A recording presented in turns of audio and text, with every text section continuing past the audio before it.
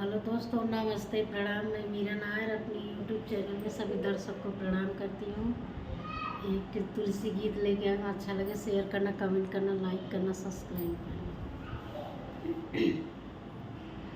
हरियर हरियर तुलसी गजब नीक लागयो भवनवाय अपने।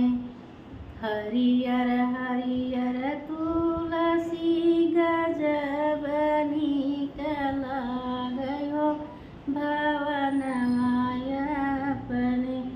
मैया देखी मुसुकानिन हो भवनवाय अपने। मैया देखी मुसुकानिन हो भवनवाय अपने।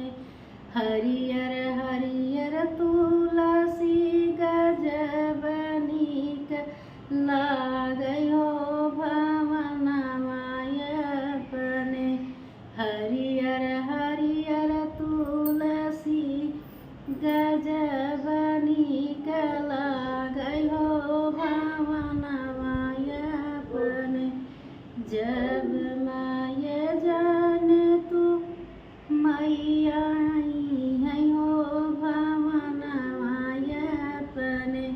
हरियर हरियर तुलसी लगवत हो भवनवाय अपने। हरियर हरियर तुलसी लगवत हो भवनवाय अपने।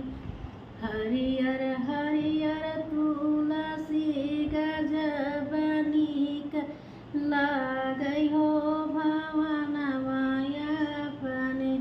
हरियर हरियर तुलसी गजब नीक लागयो भवनवाय अपने।